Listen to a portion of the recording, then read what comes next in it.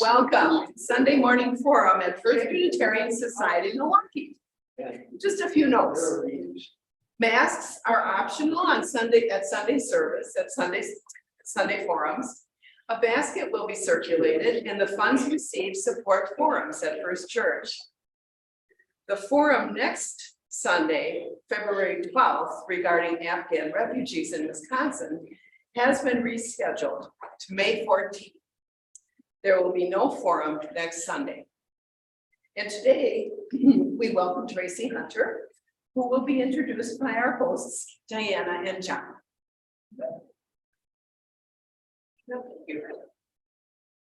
So my name is John Gilo, and myself and Diana have been members of this church since the late 90s, and our kids were brought up in this church. I'm glad to have our guest speaker, Tracy Hunter, with us today to discuss a potentially hopeful approach to our ailing voting process, which in my opinion is undermining democracy. I think it is safe to assume that most of us are pretty discouraged with partisan politics, gerrymandering, the influence of money, and the resulting lack of representation of our values in government and governmental policies. When I went to a house party late last year and learned about Final Five voting, I found myself waking up from a stupor of discouragement and helplessness. I was encouraged that even though my favorite pie didn't win, my second place pie helped win the vote. My second place pie still had representation and it wasn't thrown out. I was elated by both the outcome and probably the sugar as well. Diana? Yeah, and I'm just going to say a little bit about Tracy Hunter and who he is. Tracy hails from Waukesha, and he's married to Cindy, who's with us today. And they have 3 grown kids, no grandbabies yet, but they have a grandpuppy. Tracy has been with Voters First Wisconsin for over a year, and he was listening to a program in NPR and heard about this concept. He was so taken by it, inspired, motivated, and curious that he reached out to Voters First Wisconsin, to the 2 individuals who set it up, which is Rich and Nina Eng, and said, hey, I want to be a part of this. How can I volunteer? And this is what Tracy does. One of the things he does for Voters First Wisconsin. So please give a warm welcome to Tracy.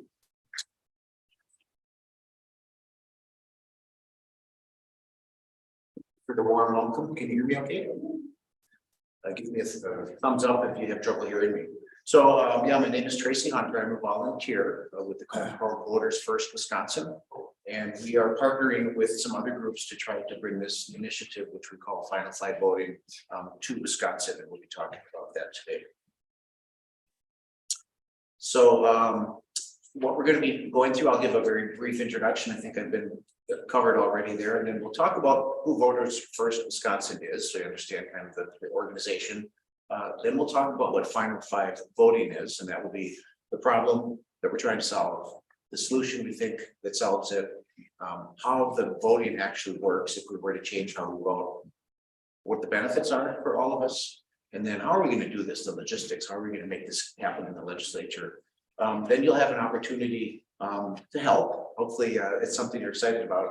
And we do have an ask at the end. And the first ask is a very small one. It's to make a phone call when the time is right. And we'll talk about that. And there's something else down below I can't read.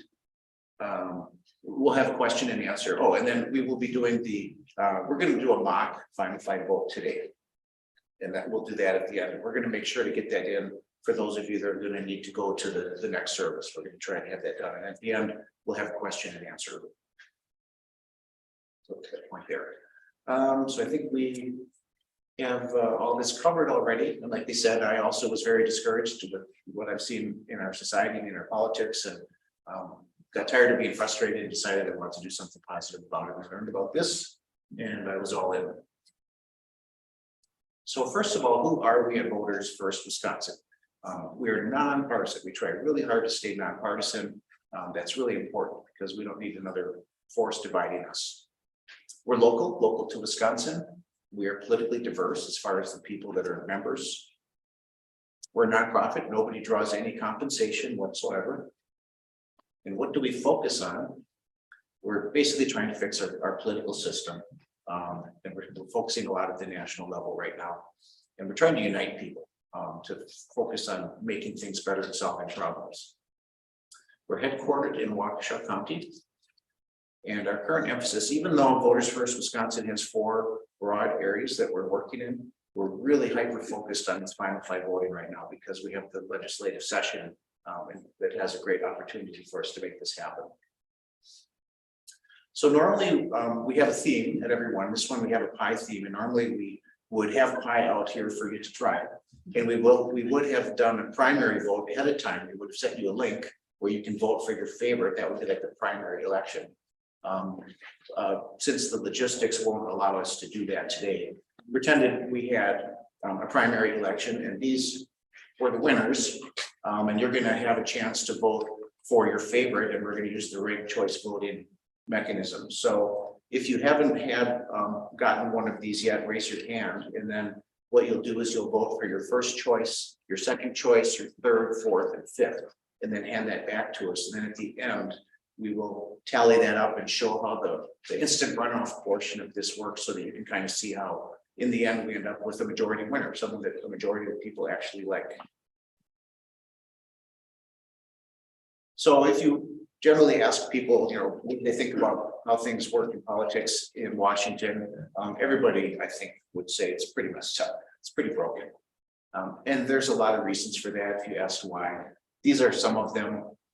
There's others that you probably can think of, lack of transparency, the influence of money, the hyper-partisanship that we see, gerrymandering, lack of compromise, there's one hiding there, disinformation, misinformation, dark money, special interests, party over country. It used to be the other way around. This is how we would want our politicians to be working. So yes, we have different opinions. That's healthy. That's good. We talk about them. We debate them. I know that here that's very much in your DNA. But in the end, we would hope that we come together and they're trying to do what's best for the country.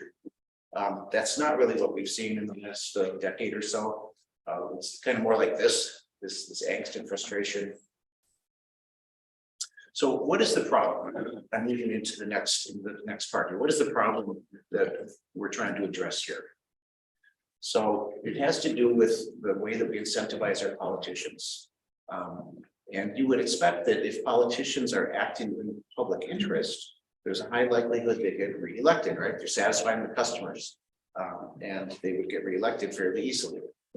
What we really see, and we'll talk about this, there's a video that explains how we measured this. If you're acting in public interest, there's almost no correlation statistically for people that study this. So there's no incentive for them to do what's best for the public because they're also wanting to get reelected. So they're paying a lot of attention to what does actually get them reelected. So this talks about what the problem is and the incentives, and I'm going to go ahead and play this video. It's about a 3.5-minute video. Researchers at Princeton University looked at more than 20 years worth of data and answered a pretty simple question. Does the government represent the people? Now, this is what they found. This axis here represents public support for any given idea. On the left, at 0% are ideas that not a single American wants. On the right, at 100% are ideas that everyone supports. This axis represents the likelihood of Congress passing a law that reflects any of these ideas, from a 0 to a 100% chance. On this graph, an ideal republic would look like this. If 50% of the public supports an idea, there's a 50% chance of law. If 80% of us support something, there's an 80% chance. You get the idea. Now, most Americans would probably agree that with a few exceptions, we should be as close to this ideal as possible. Unfortunately, the way America actually works doesn't even come close. Take an idea that nobody supports, literally nobody, and it has around a 30% chance. Now, take incredible republic. The most popular idea this country has ever seen, and there's also about a 30% chance of coming along. This means that the number of American voters for or against any idea has no impact on the likelihood that Congress will make law. Put another way, and I'm just going to quote the Princeton study directly here, the preferences of the average American appear to have only a minuscule, near zero, statistically non-significant impact upon public policy. So if you've ever felt like your opinion doesn't matter, or the government doesn't really care what you think, well, you're right. There's cash. This flat line only accounts for the bottom 90% of income in America. Economic elites, business interests, people who can afford lobbyists, they get their own line. Look at how much closer their line is to the ideal. When they want something, the government is much more likely to do it. And when they don't, you have the power to completely block it from happening, no matter how much the rest of the country supports it. They get what they want, and guess who ends up paying for it? We pay for it. So this idea of final fight voting came from a book that was written 4 or 5 years ago, and the two co-authors are Kathleen Gale and Michael Porter. Kathleen Gale is actually the former president or CEO of the Gale Corporation in Southeast Wisconsin. It's a food company. She has quit that position in order to focus on this. She partnered with a guy named Michael Porter, who's an economics professor at Harvard. And what they did was they applied a business model to try to understand what's happening in our politics in Washington, D.C. And normal business models would say if you're being competitive and you have a good product, you're successful. If you're not pleasing your customers, you go out of business because someone else will come along that will. That doesn't happen at all in our politics in Washington. And so that's kind of the essence of this book. And they came up with a couple of general solutions that are very well founded and explained in this book. And I have one here if you want to peek at it later. And one of those two ideas is final fight voting. It has to do with how we elect the politicians we send to Congress. So what is the primary problem? The primary is a play on words here. It's talking about the primary election system we have, where we have a primary and a general election. So let me ask you this, and feel free to just suggest an answer. What percentage of eligible voters in the country typically vote in a primary election for US Congress? What do you think? 30%. We heard 30 over there. We did 20. 20. It's about 10%, and I think this came out of the 2020 presidential election. So the other question I'd like to ask you is, of all of the congressional districts in the United States, how many of them are more or less dominated by a party, such that whoever wins the primary in that district, that they're guaranteed to win the general election, either through gerrymandering or just natural distribution of demographics? So what percentage of the seats are pretty much locked up by a party? Any guesses? 80, 90. 80, 90, 70. 70, you're all very, very, very right on. About 83%, that was from 2020. So think about that. 10% of our population is picking more than 3/4 of our Congress. And what are primary voters typically like? Now, most of us are probably voters, part of the 10%, so that's just fine. But they tend to be more politically extreme, right? You tend to get more extreme hard left, hard right coming out of that population, which doesn't necessarily represent the general public as well as if more people were voting. So here's another video that does a great job of explaining this primary problem. This is a snapshot of America. And there's some folks in the far left and some on the far right. But most of us are somewhere in between. Now, this is our Congress. They're becoming so divided and so extreme that working together to solve problems seems impossible, which explains why the last a ridiculous vote of just 20%. But some 95% of them got reelected, which begs some big questions. The answer is because our because most of us don't elect them. Buckle up and we'll explain. Most of our voting happens in the general election, so we assume that the election matters, but it's not that simple. Today, 3% of congressional districts are so Democratic, so Republican, that they're considered locked for one party or the other, and whichever party has a lock of the district will always have the winning candidate. So the general election is over before it even begins. That means the only election that actually matters is the one where each party makes their candidate, and that is in the primary election. And there's an even bigger problem.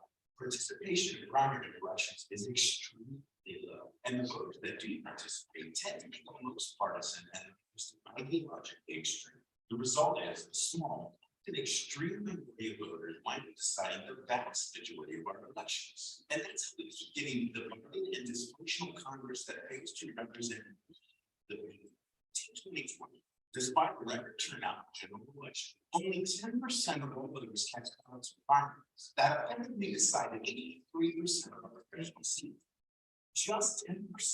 This is the problem with partisan primaries. And it's the primary problem of our politics today. They create a system where hundreds of lawmakers only have to answer small extreme base that elects and re-elects. And the rest of us, the majority, don't matter. And not even the problems we care about. The solution actually says our Constitution gives every state the freedom to replace the partisan primaries with a single non-partisan primary. This will allow all voters to have the ability to support whichever candidate, regardless of party. The top finishers then advance to the general election, where whoever earns a majority of votes wins. Several states have already adopted Congress, from Alaska to California. We just need more to fall together. We can fix the primary problem and put voters first. We can have a Congress that actually represents us and solves the problems we care about. So one other problem with the primary voting system is this idea of getting primary. This is something that's got a lot of attention lately. How many of you have heard that term? If a politician doesn't toe the party line and do what their leadership is, of course, in them to do, then they could get threatened by being primaried by their own party and losing the primary election. Robert Voss had this happen, and he only won by a few hundred votes against someone who was virtually unknown. So it's pretty common. It's a way they can control the politicians. So to summarize, this is just a graphic. The top half here represents eligible voters. That's roughly 10%. The bottom half are the congressional seats. So you can kind of see how disproportionate that is. By the way, red and blue means nothing political here. There's no Republican Democratic mix. It's just the way they differentiated the two sides of the voters and politicians. So why should we focus on final five? Why do we think this is the answer? Why are we doing this? It's really to form a more perfect union. And when I was in fourth grade, the teacher had an assignment for all of us to memorize the preamble to the United States Constitution. And he bet everybody a dime that they wouldn't be able to remember it over the summer. So I really wanted to get my dime. So I memorized it well and rehearsed it over the summer. And then my family moved, so I never got it. But it starts with, this is the preamble of the Constitution. We, the people of the United States, in order to form a more perfect union. So right off the bat, they were assuming it's not perfect. It needs to be improved. It needs to be fixed. It needs to be reactive as we go forward. Likewise, another good example of this is when the Constitutional Congress wrote the Constitution. It spent several months doing that. And Benjamin Franklin was one of the main contributors. I'm sure many of you have heard this quote. He was walking out and someone said, "Well, doctor, what have we got, a republic or a monarchy?" And he replied, "A republic, if you can keep it." So even he, brilliant man, assumed that it's not a guarantee, right? We have to keep working to fix this and make it better. And that's what we're trying to do with Final Five voting. So what is it? We call it, it's an initiative in Wisconsin. Other states are doing it as well, but our group is doing it in Wisconsin. And we're trying to change the laws in Wisconsin for how we elect the congressional people we send to Washington, our US senators and our House of Representative members. The Final Five voting that we're promoting here, it creates the incentives for politicians to be more responsive to us, ethical, and more effective in government. And like, do we have the right to do this? This seems kind of extreme, right? Actually, we do. This one I have not memorized. But this is the clause of the Constitution that says it's not only the right of the states to choose how they pick their federal representatives, it's their responsibility. So we're doing exactly that. So we have to, in order to do this in Wisconsin, we need to pass a law. We need to get our state legislature to change their laws, and that's why we're working with them. Other states could do it through a ballot initiative. You've probably heard of these, where the citizens can put a proposal on the ballot. And if enough citizens vote for it, it can become law. This actually just happened in Nevada this last election cycle. But we can't do that. We have to work through the legislature. So it's it's a higher bar to jump over, it's more work. So this is a very important slide here. So if you remember anything, remember this. What is final flag voting about? It's about two things: how we do our primary elections, and then how we do the general elections.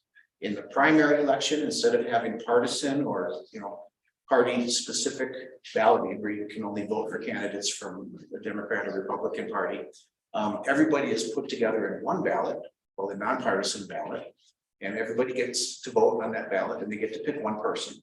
And the top 5 vote getters, not the top 1 or 2, the top 5 then move on to the general election. In the general election, we use an instant runoff or ranked choice voting. It's got several different names, where you do similar to what you did with the ballots there. You get to pick your favorite choice. But if that one wasn't to win, what would be your second, third, fourth, and fifth? And then when they do the general election, if no one won a majority in the first round, they eliminate the lowest vote getter, put the people's votes that voted for that person, take their second choice and add it to the first choice of the other ones. And you keep doing that until you get a majority. And then in the end, we actually have a majority candidate that wins. So here's another good video about this. That targets the fruit of unhealthy competition. Revamp our elections, the final 5 voting. An experiment already underway at a handful of US states. The first order of business is to broaden the votes. To do so, we would replace our current party-controlled primaries with a single nonpartisan top 5 primary with anyone, regardless of party experience. All, anyone, including independents, would appear on the same ballot. Up to the 5 top finishers, regardless of party affiliation, would advance to the general election. Then in November, these 5 candidates would face off. The winner selected by ranked choice vote. Backup, we currently have plurality, where the winner is whoever gets the most votes, but not necessarily the majority.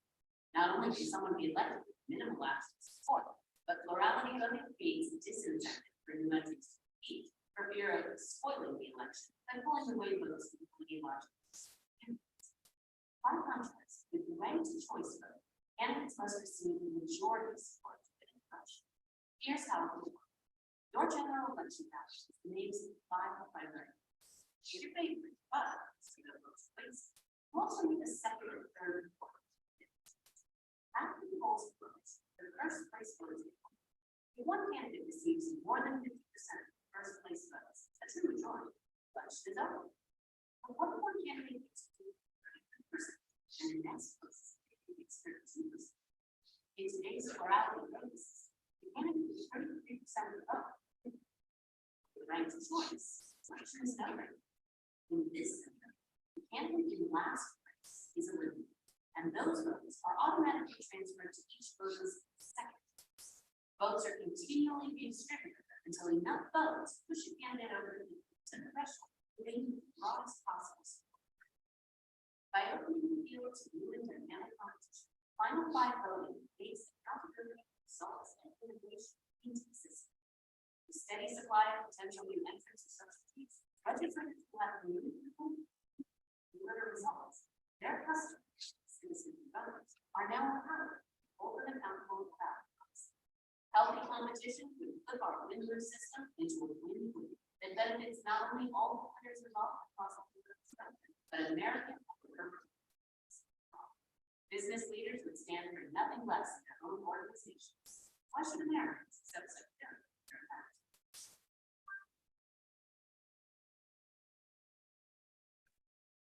So there's a lot of benefits we would expect to get out of the final 5 voting system. We won't be able to see all these here because of the captioning, but participation should go up because voters are more confident that their voice is being heard.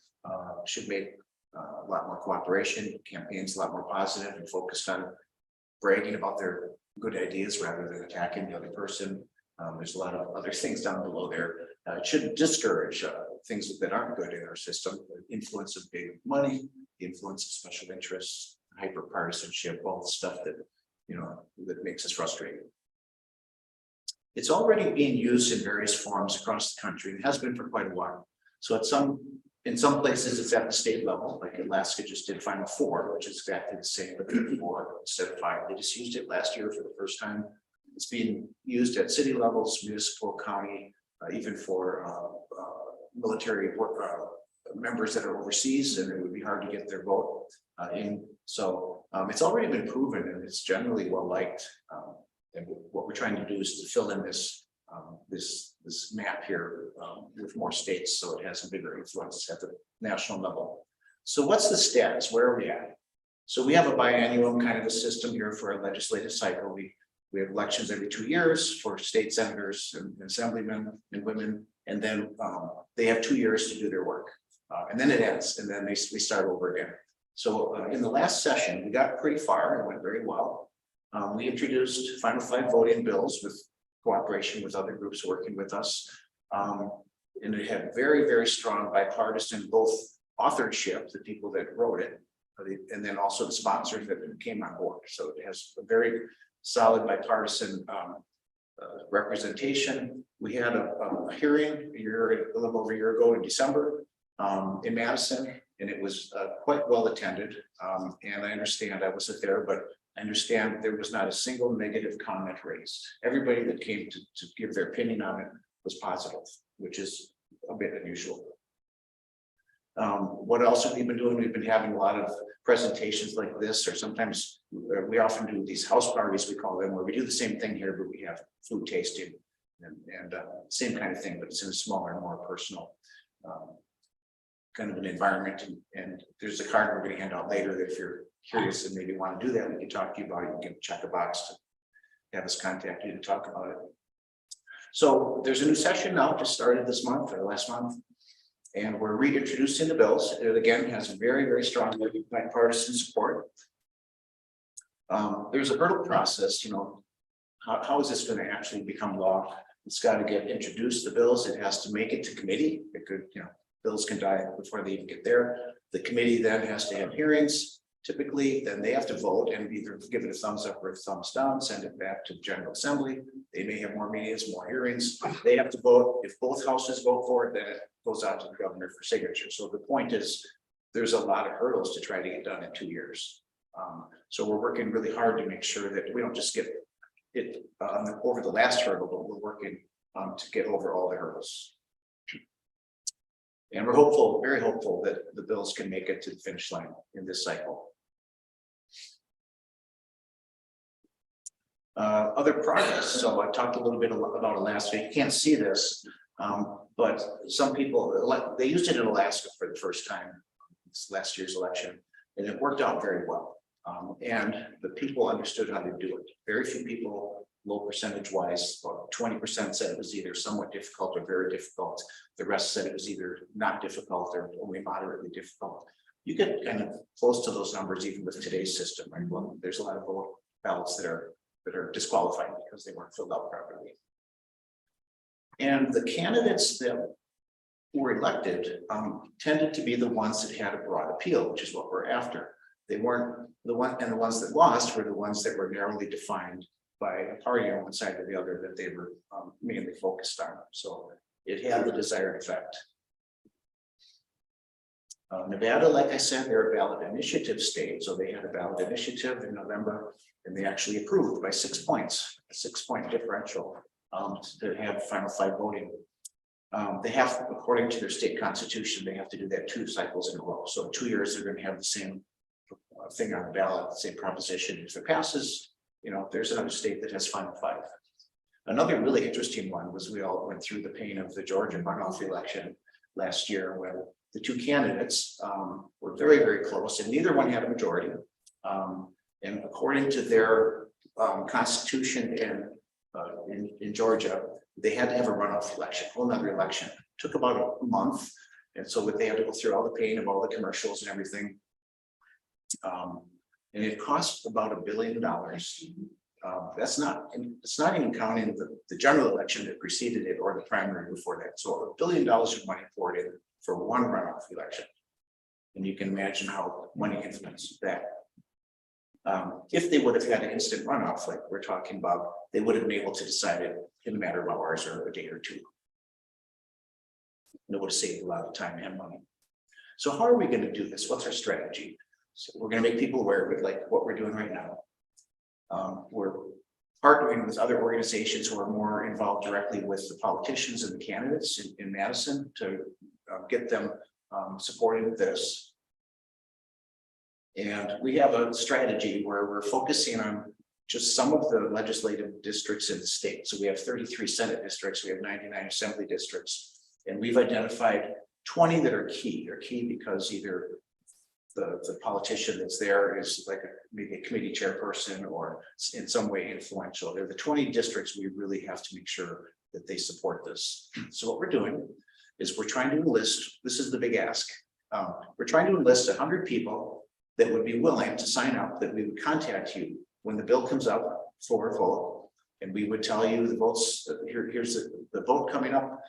Here's the phone number of your representative, and we'll even give you a mechanism that you can, we'll just connect you directly with their office. You just leave a short message saying, please, I'm in your district.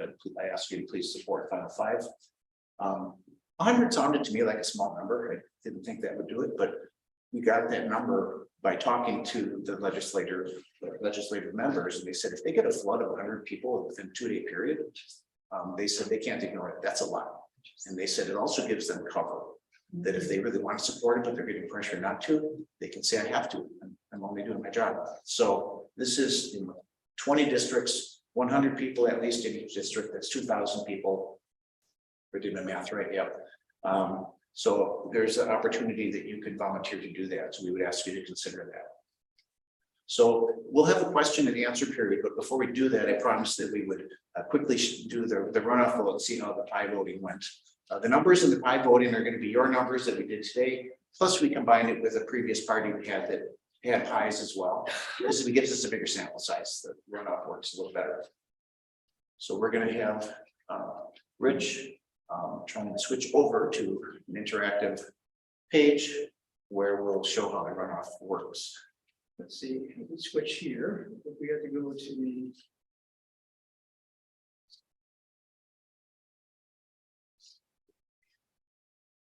Screen there. There we Okay, go.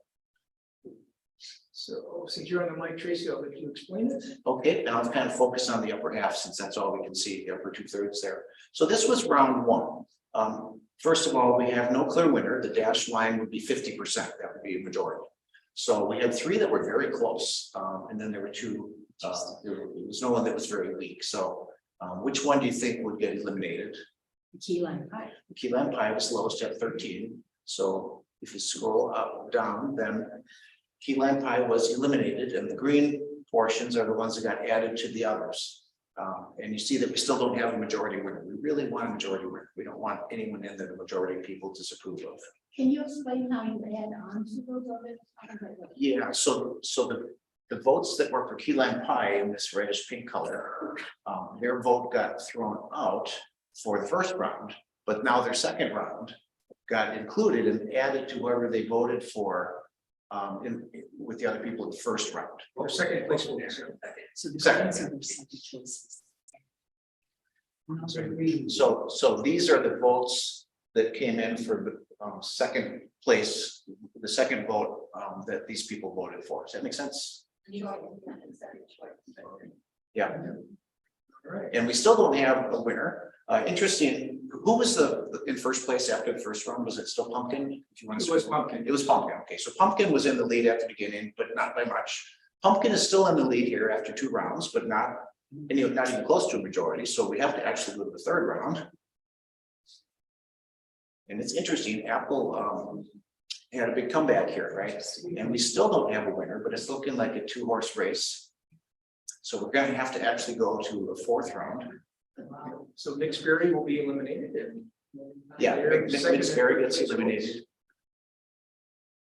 And we have a winner.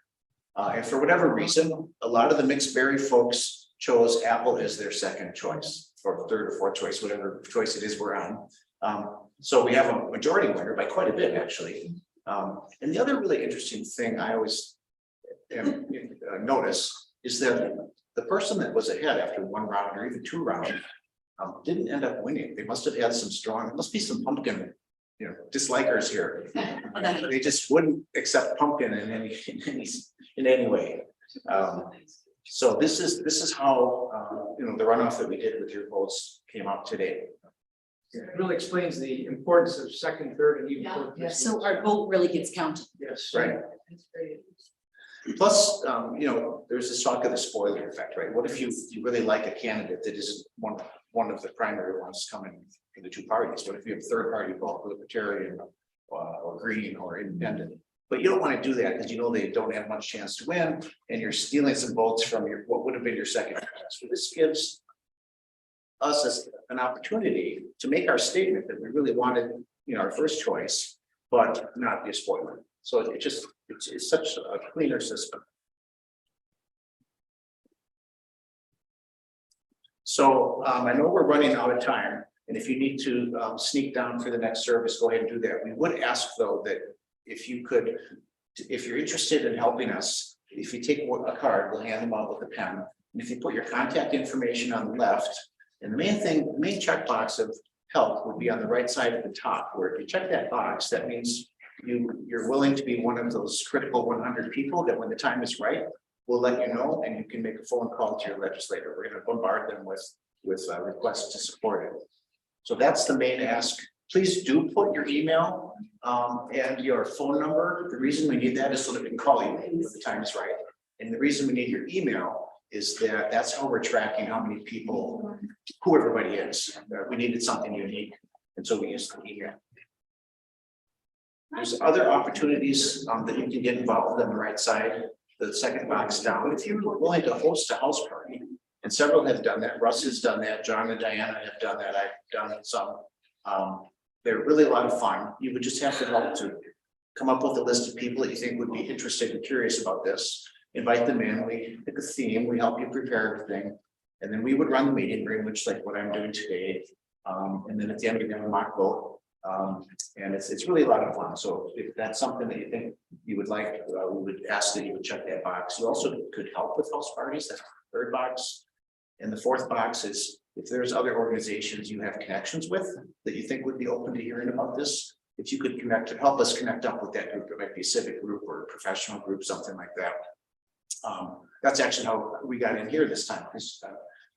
John and Diana said yes, they have a connection here, so they lined it up. So if you have that connection possibility, check that box. And at the bottom, there's also an opportunity to give financially, either one-time gift or a recurring gift.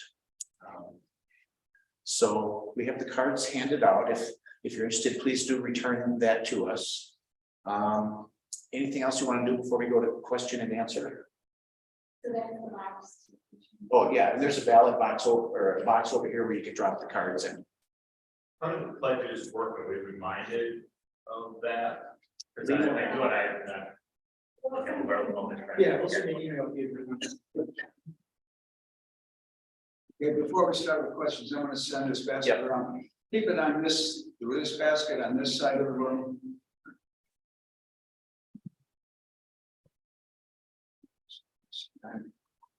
Just so you know, we're all volunteers, so the money really just goes to the materials. That we use for our house titles and presentation.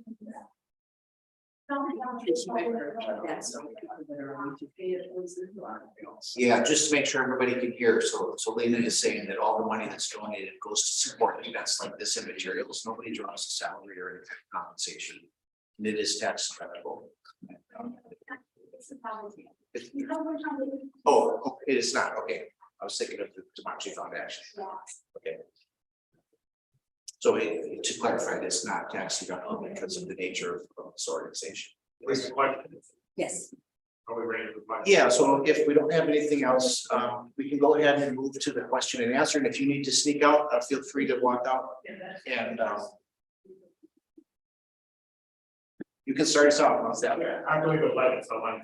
Okay. A couple of things. One is, you talked a little bit more about how did you analyze whatever analyze that the last one was success. I know these Wall Street Journal and other try to put the narrative that it was a disaster or something. How nuanced do we get to really say that was a success?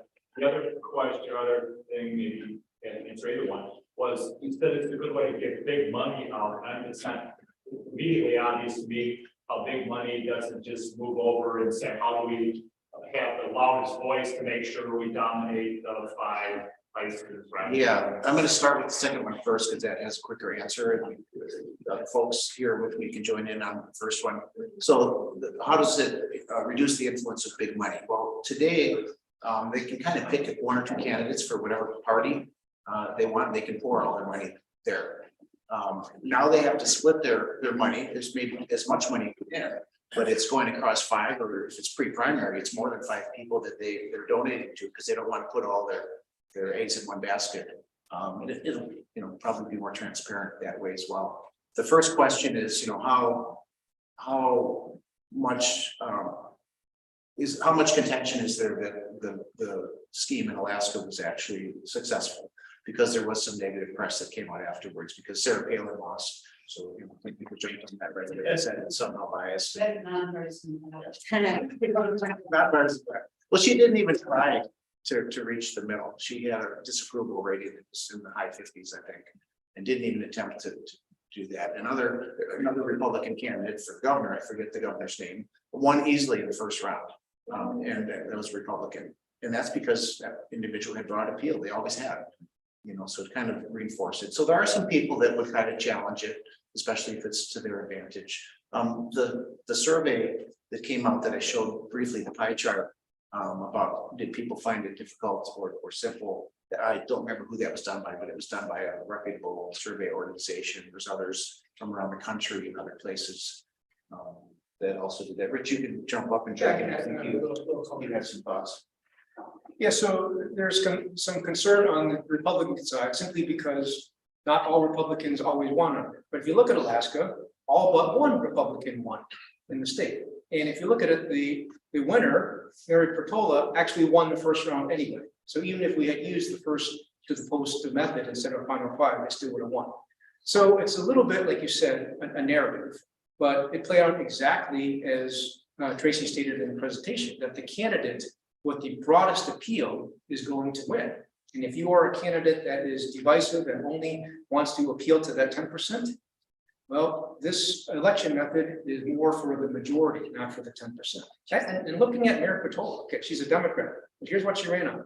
She ran on pro-choice, she ran on pro-gun, and then she ran on fishing and water conservation. So what is that, right? That's Alaska. That's not Republican, that's not Democrat. And so that's why they chose her as the leader for Alaska.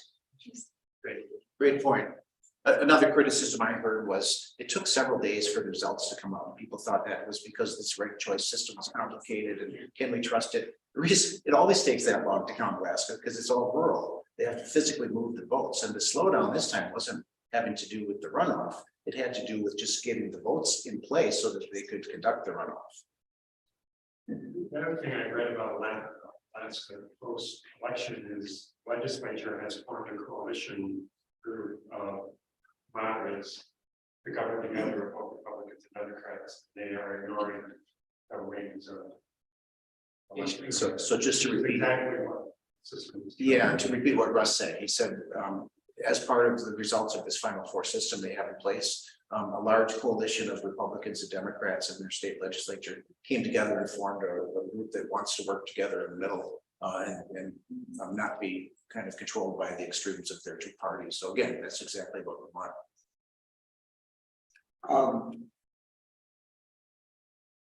I would be concerned about, like, the city of Milwaukee.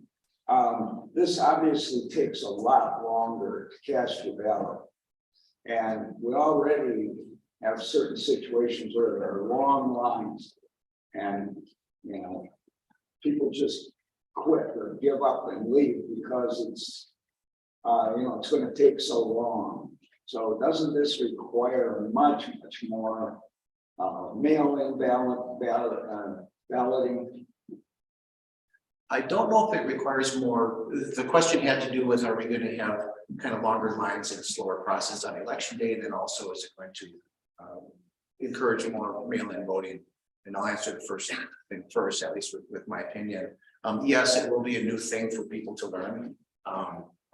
But I would imagine there's going to be a huge amount of publicity around it. The newspapers will be explaining to people how it's gonna look different and how it plays out. There's gonna be people there, like several of you are, here are election workers that are gonna be helping people understand. The first time it's gonna be a little harder, right? But that was Alaska's first time. We still had 80% of the people that didn't say it was a problem. We do this all the time, right? I went looking for a certain type of bread or something the other day, and guess what? It was out. I went to plan, we're a consumer kind of a culture, and we're used to ranking. So I think the thought process that goes into it anyways, something that's familiar to us in other arenas. But it'll take a little getting used to. I think there will be, kind of a ramp up period the first time around. So no study has ever been done to find out, I mean, even when you're used to it, it's still going to take more time. Yeah, the pure time point of it, it will probably slow down a little bit. Hopefully, we have enough election workers and enough polling places and ballots. I don't know, Rich and Lee and Susan, Russ, if you have any other thoughts on that. I would suggest that, and this is my observation, and I go to a Castle School for doing cross elections. The bottleneck is not at the poll, it's at the registration. That's not going to change. There's very seldom a line at the actual desks. So the voting process is it's the registering and signing in. And to repeat that, That's not going to change. the comment was the bottleneck at the polling places isn't so much when someone's in front of their ballot trying to make a choice. It's more getting registered, getting in the building. And voter suppression. And what's that? And voter suppression. And voter suppression. Oh, yeah. Yeah, and all the other places that we've done, like Tracy mentioned, Alaska is like the first place to do the full final five. But other places have done the ranked voting part in the general election. So whether it be Alaska, whether it be New York, whether it be Maine, or any of the other places that have done it, it's not been a significant showdown. In fact, every single exit poll, so most people have said, oh, this was relatively easy, at least 60% plus. And again, you guys have just experienced it here. Was this fairly straightforward for you? Yeah, I see most of the heads is nodding here. So I think it's probably Tracy's right that people will be different, but it's not an evil problem. Yes. I would like to bring this closer to Milwaukee reality. First of all, this is an exceptional argument against political parties. And I don't even like the fact that there was allusion to bipartisanship, red, blue, conservative, liberal. That suggests that our present day politics is one-dimensional. As a former math teacher, I totally reject that. And earlier in my life, I wondered why there were some conservatives with whom I agreed on certain issues. And then I came up with a more dimensional model for politics. But I have to back up and say, I am a proud Frank P. Zeidler socialist, and I make that specific because I did find out from two of Frank's children that he valued the common good more than his own re-election.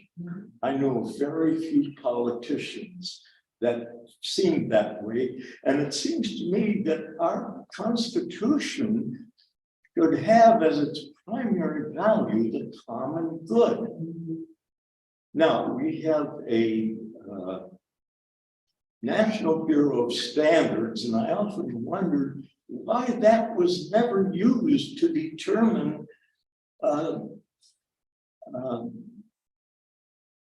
congressional borders and so forth.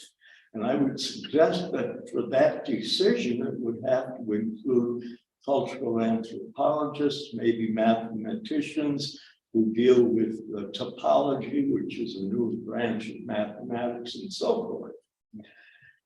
But we're going to have a national Republican Party convention in Milwaukee in 24.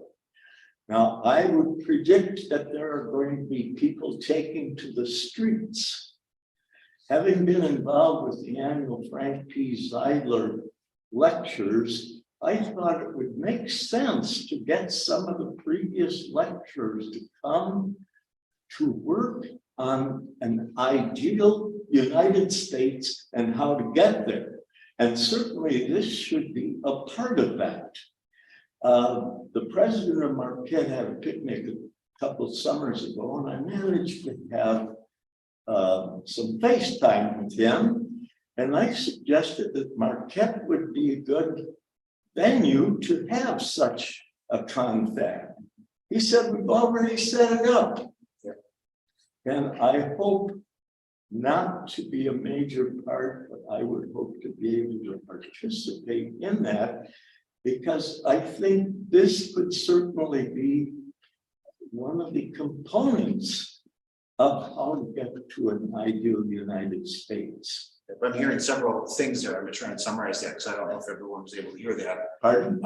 I heard several themes there that I'm gonna go ahead and try to repeat for the folks that are watching remotely or listening. I heard a point that politics is not linear. It isn't like left and right in a straight line. There's all kinds of motivations people have. And then there's other parties, there's Greens, there's Libertarians, there's others, there's independents. So it's not kind of a continuum on just one dimension. And you brought up the point about the fact that party control is so important, and we're having a Republican convention here that's party focused. And I think you were saying you would like to see a variety of other voices and groups also using that platform and that time in this place to be able to put some other thoughts out there. I think that's a great idea. I don't know that we'd be involved too much in something like that, but I think the point is very valid. We often oversimplify and consider it left, right. And how many of you fit on a perfect line?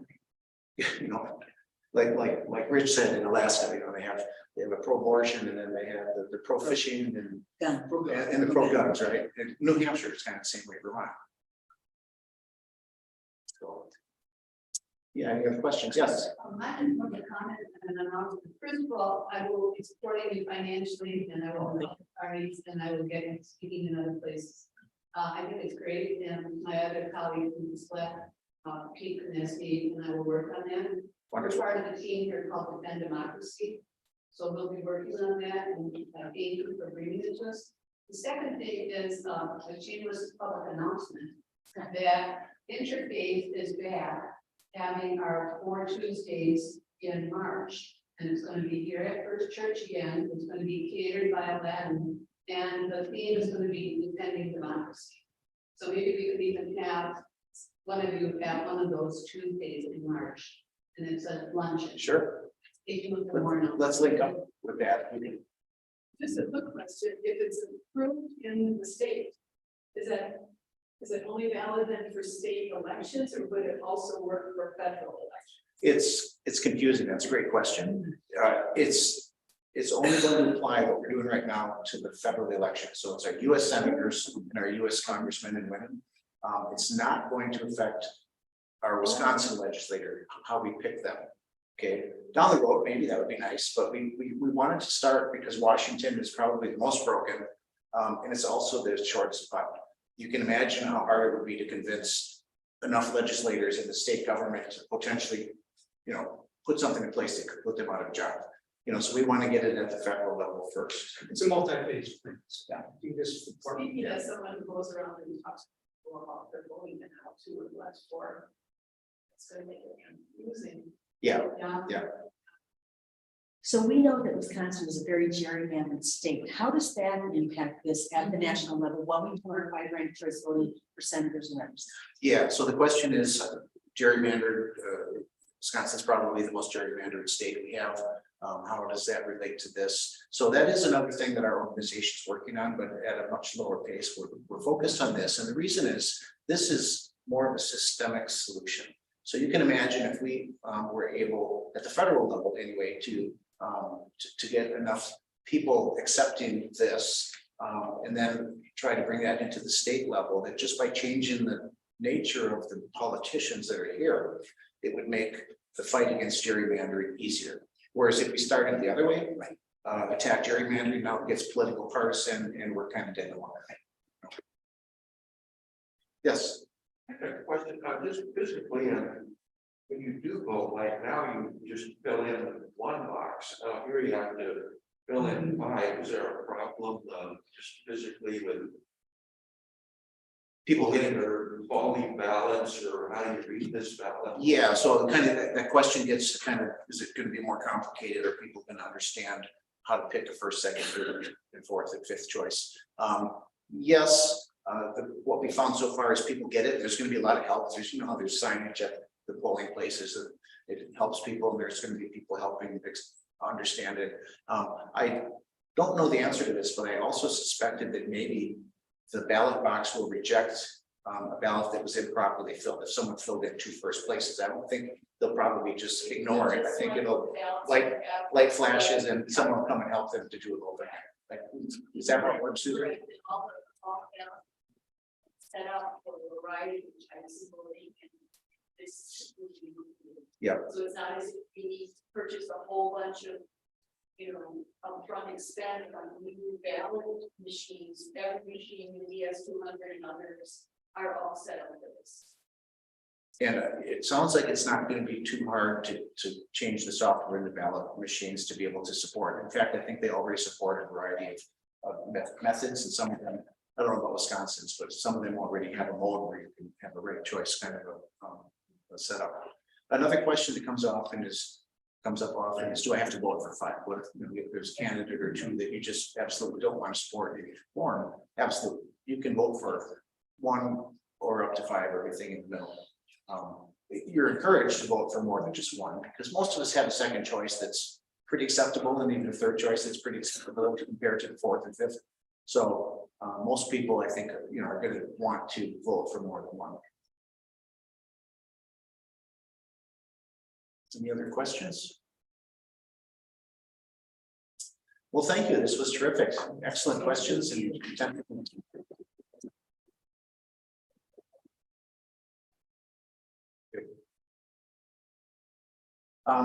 let me introduce some of our folks here as well. So this is Rich Eng and his wife Lena is taking pictures over there. They're the founders of Voters First Wisconsin. And thank you for all the work you do. They're kind of full time on this.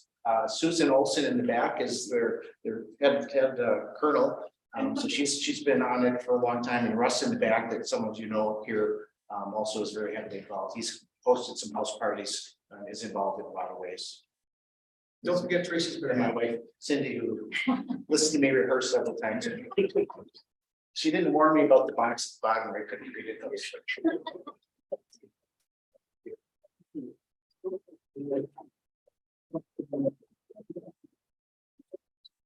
That's what we're hoping for. Yeah. That's fine.